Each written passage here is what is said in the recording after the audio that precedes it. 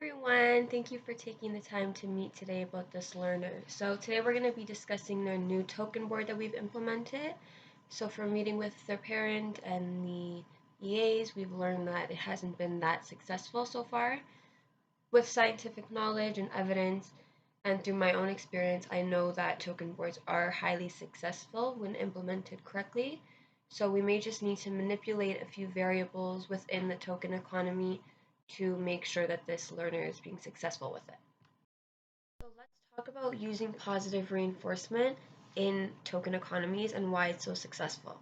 So when a child sees that they're getting consistent reinforcement and that they know that they're getting something highly reinforcing at the end of completing their token board, they're way more likely to engage in this target behavior like again in the future, which is what we want.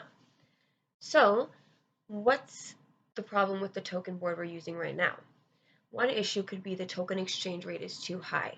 So during skill acquisition phase, we want to make sure that the child is getting consistent reinforcement verbally while they're completing the target behavior, but also that their main reinforcer is highly reinforcing for them.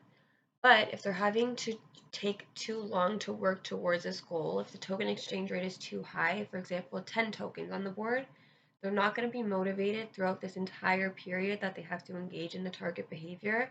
They may likely feel discouraged or disengaged through the activity, and they may engage in maladaptive behaviors during this time and actually counteract what we're trying to do. So with this in mind, my recommendation is that we decrease the amount of tokens on the learner's board right now while we're in the skill acquisition phase so that they're getting reinforcement a little bit sooner and they feel more secure in themselves and more secure in the skill that they're building. So let's say we're talking about table readiness and learner readiness skills. Say right now we want the child to work on matching at the table. We can have them come sit down, have a worksheet with 6 matching pictures on it, and as they complete their matching, we have a token board with, let's say, 5 tokens to start off with. And every token or so, because they have 6 pictures to match, we are putting a token on their board. By the time they're finished their worksheet, their token board is full and he's being reinforced. So another reason our learners token board may be unsuccessful right now is because they're not motivated for the reinforcer they're working towards.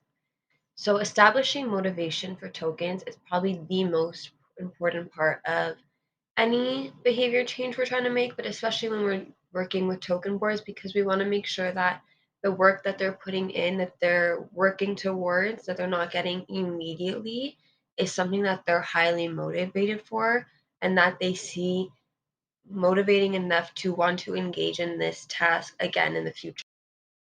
Now, determining what's the most reinforcing item for a child can be done through more formal preference assessments, like presenting 2 items or activities in front of a child and seeing what they engage with the longest or what they engage with the most.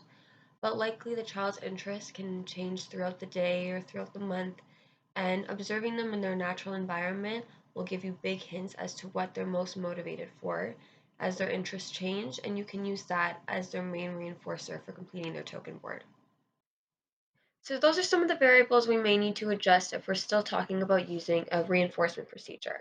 Now, if we do want to consider a punishment procedure, we do know that there are evidence to support that they are effective in reducing maladaptive behaviors or increasing target behaviors, but they should only really be used in conjunction with reinforcement procedures. Now, this is because punishment procedures like removing tokens from a board can cause a lot of frustration for learners, especially when acquiring a new skill or beginning a new program. During this time, they're unsure of themselves often, and it can be when challenging behaviors increase when we're starting these punishing procedures.